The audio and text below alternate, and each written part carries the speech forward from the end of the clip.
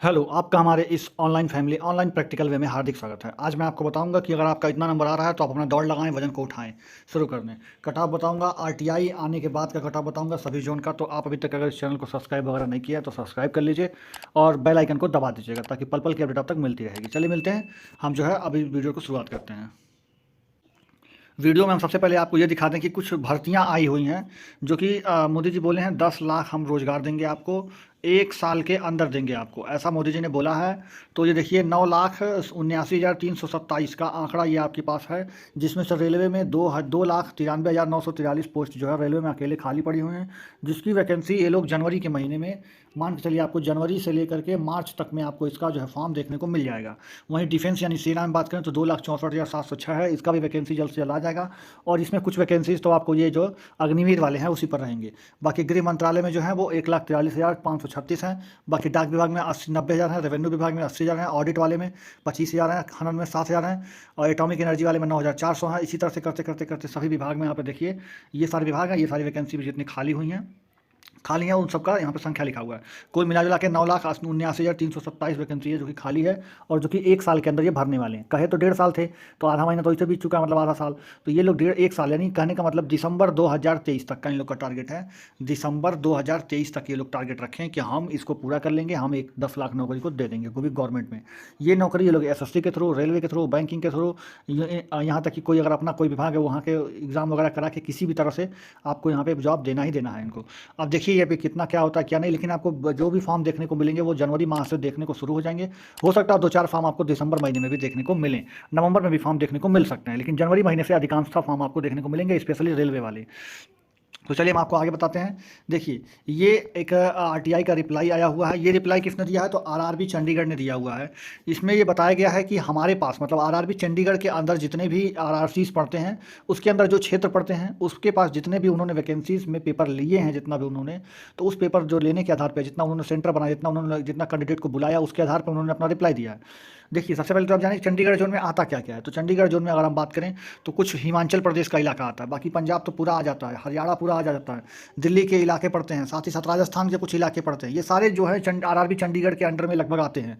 तो जो इस क्षेत्र के आसपास के स्टूडेंट होंगे, जिनका मतलब इस क्षेत्र के आसपास के जो लोग फॉर्म मतलब डाले होंगे या फिर वहाँ पर रहते होंगे, तो उनका सारा काम जो है आरआरबी चंडीगढ़ देखता है। तो यहाँ पर उन्हीं छात्रों के आधार पर ये डाटा दिखाया गया है।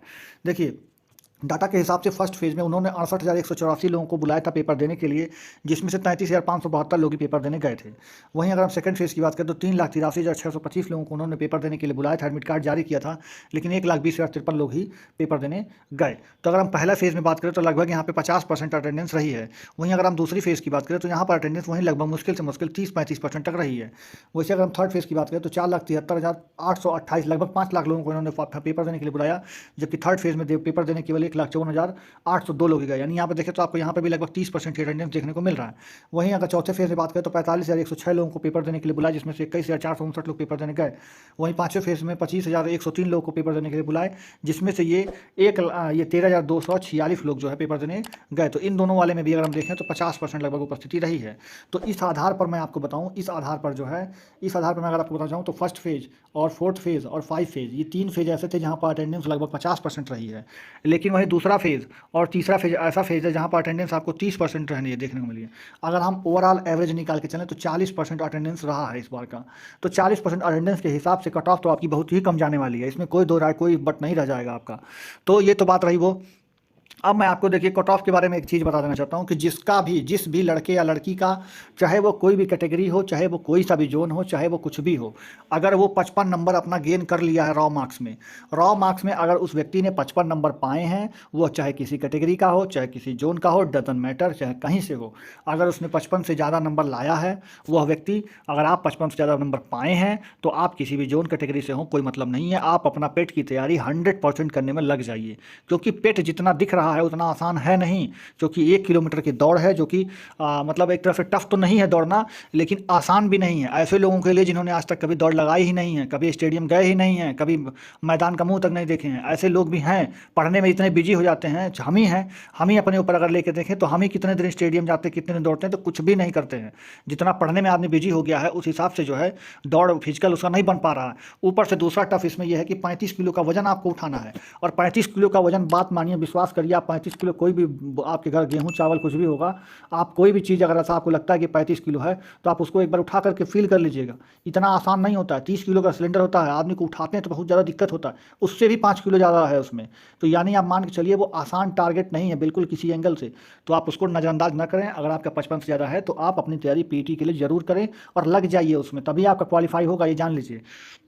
दूसरी बात मैं आपको अगर जोन वाइज बताना चाहूँ तो देखिए ये जोन जो होते हैं, जैसे कोलकाता है, मुंबई है, चेन्नई है, हुबली है और ये मुंबई है जो वेस्टर्न रेलवे का, तो यहाँ पर कंपटीशन ऑलरेडी कम है और ऊपर से 40% अटेंडेंस के साथ तो एक सीट पर 30-40 बच्चे पेपर दे रहे हैं, दिए हैं मतलब। तो इतना में अगर आप इतना काट पीट के नंबर ला दे रहे हैं तो आप अपना पेट का तैयारी करें। हालांकि 55 से ज़्यादा होने पर आप कहीं से कुछ भी हो तो आप तैयारी कर सकते हैं, उसमें कोई दो राय नहीं है। वहीं अगर मीडियम जोन की बात करें, जैसे जबलपुर, भुवनेश्वर, गुवाहाटी, कोलकाता और सिकंदराबाद, ये मीडियम जोन में आते हैं, जहाँ पर कट ऑफ आपको ज़्यादा देखने को नहीं मिलती है, ना ज़्यादा कम देखने को मिलती है। यहाँ पर देखें तो पर सीट कंपटीशन भी लगभग 100 से 150 के बीच में पड़ेगा। तो अगर आप काट पीट के इतना नंबर ला रहे हैं तो आप अपना पेट की तैयारी जरूर करें। बाकी अगर मैं आपका हाई जोन बता दूं तो हाई जोन में इलाहाबाद, जयपुर, बिलासपुर, हाजीपुर, गोरखपुर और न्यू दिल्ली का जोन पड़ता है, जिसमें अगर हम बात करें तो पर सीट कंपटीशन लगभग इतना पड़ता है कि करीब 150 से 200 बच्चे एक सीट पर फॉर्म भरे थे, लेकिन 40% अटेंडेंस अगर काट पीट के देखा जाए तो मुश्किल से मुश्किल 70-80 बच्चे पेपर दे रहे हैं एक सीट पर। तो आप अगर इतना काट पीट के ला दे रहे हैं तो आपका पेट में हो जाएगा, आप अपने पेट की तैयारी करें। जो कि अगर मैं आपको बता दूं, अगर आप 55 से अगर लाए हैं, चाहे कहीं से भी हो, कुछ भी हो, आप अपना पेट की तैयारी जरूर कर ले, चाहे कुछ मत सोचें, कोई भी कैटेगरी हो, ठीक है। तो आशा करते हैं वीडियो आपको अच्छा लगा तो इस वीडियो को लाइक जरूर कर दीजिएगा, अंत तक देखें, इसके लिए बहुत बहुत धन्यवाद आपका तहे दिल से। बाकी चैनल को सब्सक्राइब करके बेल आइकन को स्पेशली दबा दीजिएगा ताकि कोई भी वीडियो हम बनाएंगे आप तक उसकी सूचना पहुंच जाएगी। आप अपना ख्याल रखिएगा, अपने माता पिता का ख्याल रखिएगा, साथ ही साथ आप पेट की तैयारी जरूर करिएगा और एक सरकारी नौकरी लेकर के अपने माँ बाप की इच्छा को पूरा करिएगा। चलिए हम इसी शुभकामना के साथ आपसे मिलते हैं अगली वीडियो में, तब तक के लिए जय हिंद, जय भारत, धन्यवाद।